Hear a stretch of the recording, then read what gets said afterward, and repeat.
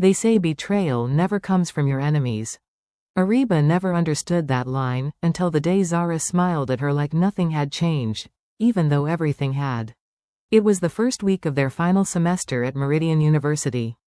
The campus buzzed with energy, freshers running around with wide eyes, seniors planning the annual college fest, and professors drowning in course outlines and expectations.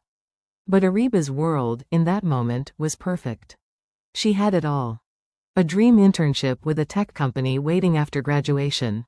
A gorgeous boyfriend, Hamad, who used to write poetry in the margins of her books. And above all, a best friend, Zara. The girl who stayed up late with her binge-watching dramas, who held her hair back during food poisoning, who called her sister more than her own siblings did. They lived together in the same dorm room. Shared clothes, makeup, secrets. Until one night, the universe whispered something she couldn't ignore. Areeba was brushing her hair when Zara's phone buzzed. Zara was in the shower, music blasting, humming to a Bollywood tune. Areeba didn't mean to pry. But the screen lit up again, and again. It wasn't the notifications. It was the name. Hamad Blue Heart. And the message, I can't stop thinking about last night. Her heart dropped like a stone into silence. At first, she laughed, nervously. Maybe it was another Hamad. Maybe it was a joke. Maybe Zara was helping plan a surprise. But deep down, her instincts stirred. She stared at the screen until the light faded. She wanted to look away. She wanted to pretend she hadn't seen it. But her fingers betrayed her just like they had betrayed her heart. She opened the thread. And her world collapsed word by word. Photos. Voice notes. I miss your skin. Last night was magic. She has no idea. Areeba couldn't breathe. She sat there frozen as the sound of water ran behind her, washing away innocence and trust.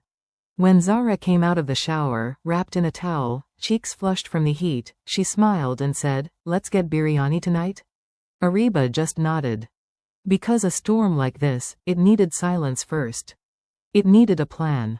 The night dragged like glass across skin. Areeba lay in bed, staring at the ceiling fan spinning lazily above her. Zara's soft breathing echoed from the other bed, the same rhythm Areeba had found comfort in for 3 years.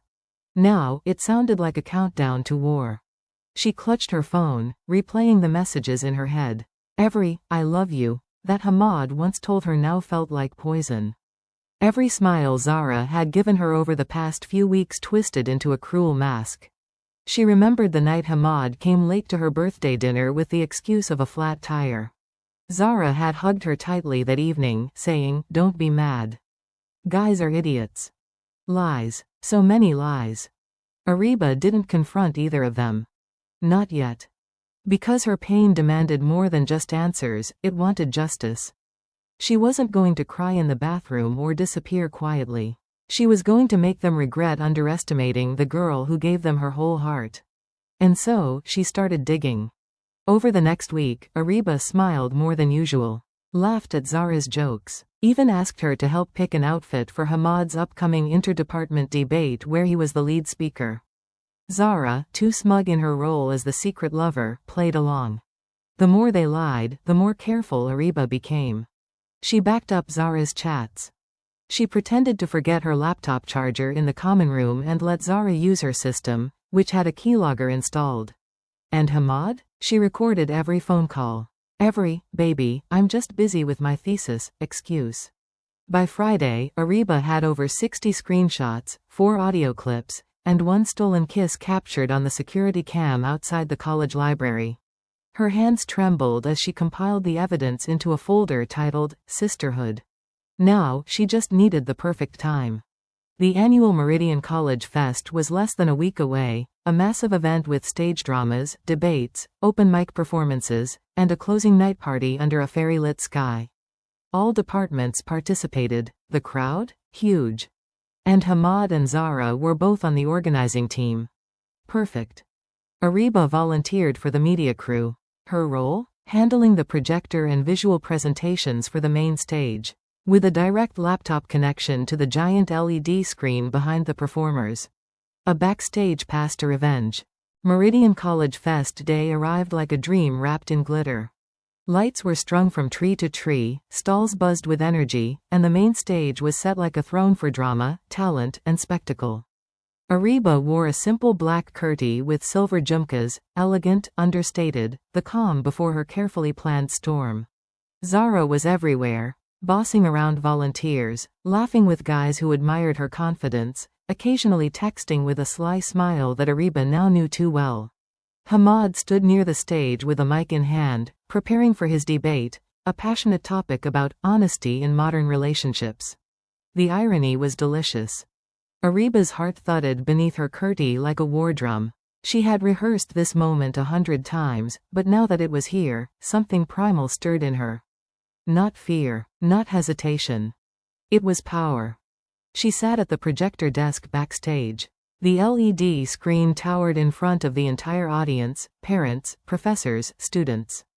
She had 5 minutes before Hamad's segment began. She glanced at the USB in her hand. Labeled, Truth_101. One click. That's all it would take. Areeba whispered under her breath, "Let's play, shall we?" Hamad walked onto the stage, applause following him like a wave. He looked sharp in his blazer, charming as ever. Zara stood near the edge, clapping proudly, her eyes shimmering. The host announced, "Next up, Hamad Ali from the CS department, on the topic of trust, loyalty, and truth." Areeba smiled. How poetic. As Hamad adjusted the mic, the screen behind him lit up with his presentation slides. He began, "In today's world, relationships are tested by temptation and lies." Slide 1. A title page. Slide 2. A quote about loyalty. Slide 3. A grainy screenshot of him texting, "Can't wait to feel you again, Zara." He froze. Gasps rippled through the audience. Slide 4. A short video clip, library security footage, Zara and Hamad kissing in a corner where no one was supposed to see them. Zara let out a choked sound, her face pale as snow. Hamad turned, stared at the screen, then toward backstage. Slide 5. Screenshots, audio clips, voice notes, all timed perfectly, one after another, with Areeba's careful edits. His voice saying, "She's so naive, she doesn't have a clue." Zara's voice saying, "She trusts me too much. This is too easy." And finally, the last slide. A photo of Areeba smiling, taken during her birthday dinner, the one Hamad showed up late to. Captioned, "The fool they thought they broke." Silence. Then murmurs. Then chaos. The auditorium was frozen in disbelief. Areeba stood up from the projector desk and stepped onto the stage. She didn't need a mic. Her voice, calm and sharp as a blade, cut through the whispers. "I was told trust is fragile. I just never thought it'd be shattered by the two people I called home." Gasps echoed. Zara was shaking, her lips moving but no words forming. Hamad looked like he wanted to disappear through the stage floor. Areeba turned to the audience. "She was my best friend. He was my boyfriend. Together, they built a castle of lies, inside my own heart." A pause. "And this," she gestured to the screen behind her, "is the rubble I walked out of." Applause erupted, hesitant at first, then roaring. Some students stood. Others pointed phones at the stage, recording every second. Teachers exchanged shocked glances, and the principal covered her mouth, stunned. Zara burst into tears and ran from the hall. Hamad tried to speak, to salvage something, but Areeba looked at him and said, "You cheated with someone who wore my clothes and called me sister. I hope you both enjoy the wreckage." She walked off stage as the crowd parted like the sea for her. Outside, under the soft glow of the fest lights, people approached Areeba. Some with hugs, some with high fives, some just nodded in quiet respect. She smiled politely, but her mind was elsewhere, already past the applause. Already healing. Later that night, she received a message from Zara. "Why would you do this in front of everyone?" She replied with one line. "Because that's where you tried to humiliate me, in my college, with my trust." Hamad tried calling. She blocked him. Weeks passed. Zara dropped out of the organizing committee. Hamad avoided campus. Whispers followed them like shadows. But Areeba? She bloomed. She started journaling. She joined the drama club. She spoke at 2 women empowerment sessions. Her professors noticed her fire. Her friends, her strength. One day, she stood in the same auditorium, hosting a debate on redefining loyalty in friendships. She ended her speech with, "Sometimes, closure is just the sound of your own footsteps walking away from people who never deserved you."